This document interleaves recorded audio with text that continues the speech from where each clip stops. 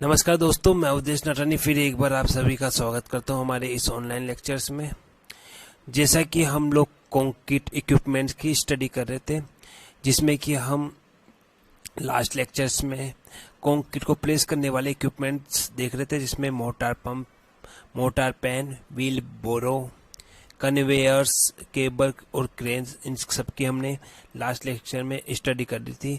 और last topic हमने देखा था ट्रांजिट मिक्सचर, जो कि एक ट्रक है जो आरएमसी से कंक्रीट को कंस्ट्रक्शन साइट पे लेके आने का काम करता है, जिसमें कि जो कि एक ड्रम होता है वह घूमता रहता है। इस वजह से इसमें जो कंक्रीट है वो फ्रेश अवस्था में रहती है, फ्रेश कंडीशन में रहती है।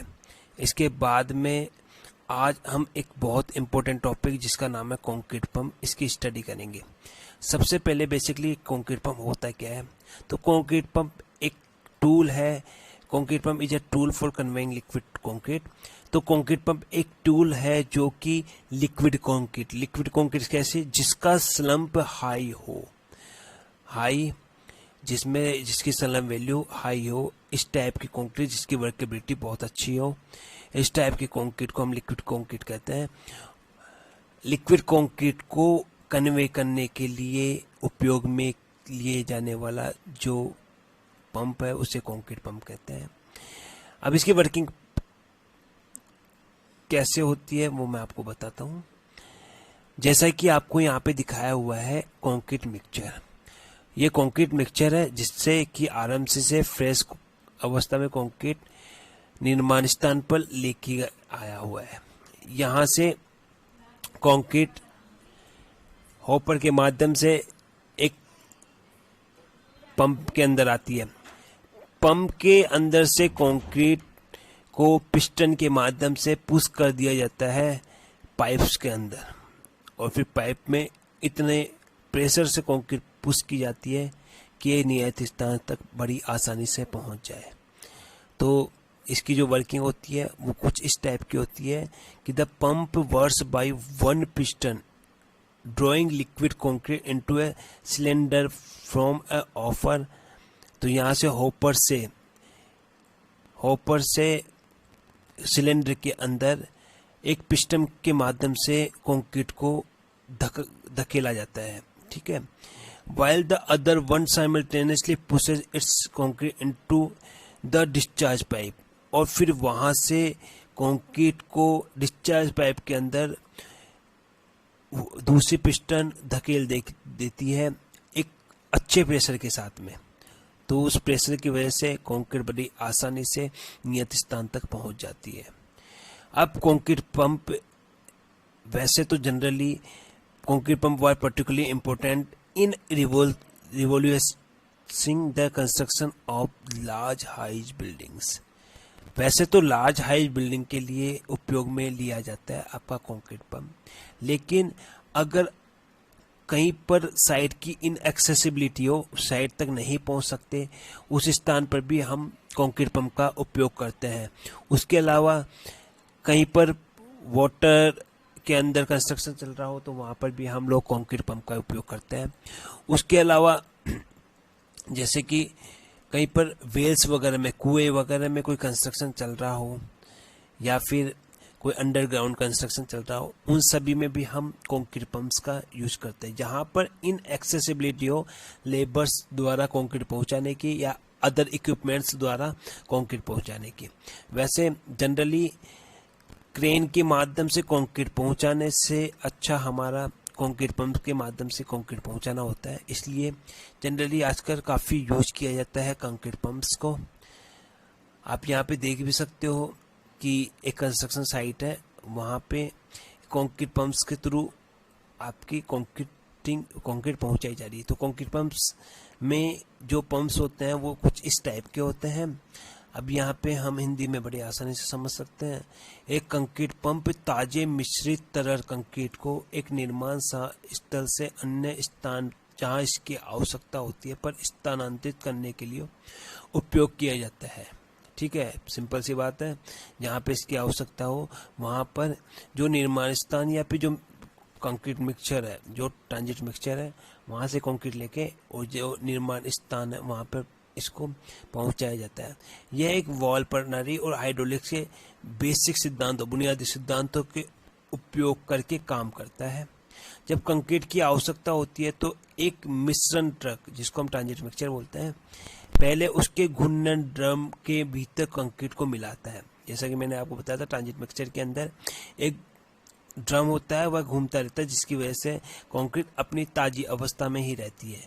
फिर यह पंप की मदद से इस मिश्रण को आवश्यक स्थान पर पहुंचाता है। तो आप यहाँ पे देख सकते हो, ये कंक्रीट ट्रांजिट मिक्सचर से कंक्रीट आपकी कंक्रीट पंप के अंदर जा रही है। कंक्रीट पंप से ये एक पाइप के थ्रू जहाँ इसकी आवश्यकता है कंक्रीट की, वहाँ पे पहुँचाई जा रही है।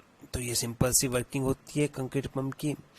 अब जैसा कि मैंने आपको शुरू में भी बताया था कि कंक्रीट पंप ऐसा नहीं कि हाई राइज बिल्डिंग के लिए उपयोग में लिया जाता है। यहाँ आप देख सकते हो कंक्रीट पंप्स के थ्रू एक अंडरग्राउंड कंस्ट्रक्शन चल रहा है, जहाँ पर कि लेबर्स की कंक्रीट पहुँचाने में इनएक्सेसिबिलिटी है, वो नहीं पहुंचा सकते। तो इस जगह पे हम कंक्रीट पंप का उपयोग करके फिर कंक्रीट पहुंचाते हैं। यहाँ पे ये आपका ट्रांजिट मिक्सचर है और ये आपका कंक्रीट पंप है। तो ये सिंपल सा कंक्रीट पंप इस तरह से वर्क करता है, आप देख सकते हो। अब इसके बाद में हम आते हैं, एक नया टॉपिक है होलिंग इक्विपमेंट्स। तो सबसे पहले हम बात करें होलिंग इक्विपमेंट्स होता क्या है। तो जैसा कि सोइल वगैरह को का एक्सट्रैक्शन करते हैं, आप सोइल वगैरह की खुदाई करते हैं। खुदाई करने के बाद में सोइल को यहाँ से निर्माण स्थल से किसी अन्य स्थान पर पहुँचाना हो, तो उसके लिए जो इक्विपमेंट यूज किया जाता है उसे हम होलिंग इक्विपमेंट्स कहते हैं। अब होलिंग इक्विपमेंट्स जैसे कि उसमें डंपिंग के मेथड्स होते हैं, उसके बेसिस पे हम इसे दो प्रकार में क्लासिफाइड करते हैं। सबसे पहले तो मैं बात करूं कि होलिंग इक्विपमेंट क्या सिर्फ मिट्टी को उठा के एक स्थान से दूसरे स्थान पर पहुंचाने का काम करता है? नहीं, ऐसा नहीं है। होलिंग इक्विपमेंट्स आपकी मिट्टी को लोड करने से लेके उसको डंप करने तक, होल करके उसको डंप करने तक कंप्लीट वर्क भी करता है।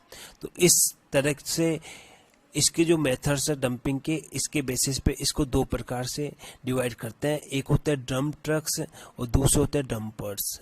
अब मैं बात करूंगा डंप ट्रक्स की। तो डंप ट्रक तो सिंपल आपकी जो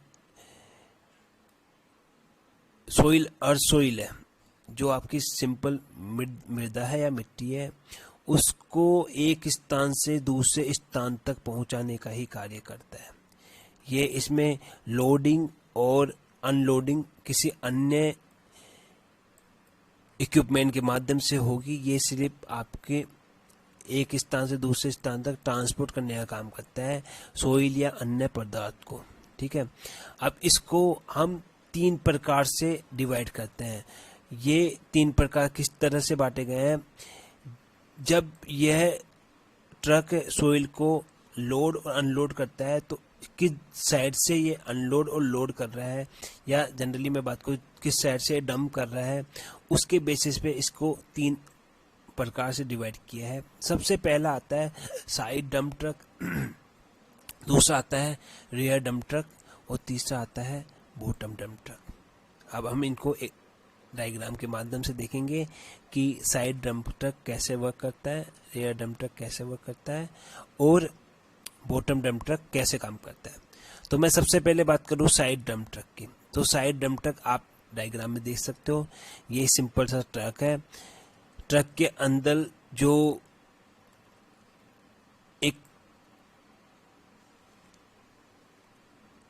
पोर्शन है जिसके अंदर सोइल को लोड और अनलोड किया जाएगा। ठीक है, तो इसमें जो सोइल को अनलोड किया जाएगा या डंप किया जाएगा वो साइड की तरफ से किया जाएगा। ठीक है, ट्रक की साइड की तरफ से किया जाएगा, इस वजह से इसे बोला गया है साइड डंप ट्रक। तो आप समझ सकते हो जिस डायरेक्शन में यह डंप करता है, सोइल को अनलोड करता है, डिस्चार्ज करता है, उस अवस्था के बेसिस पे इसको क्लासिफाइड किया हुआ है।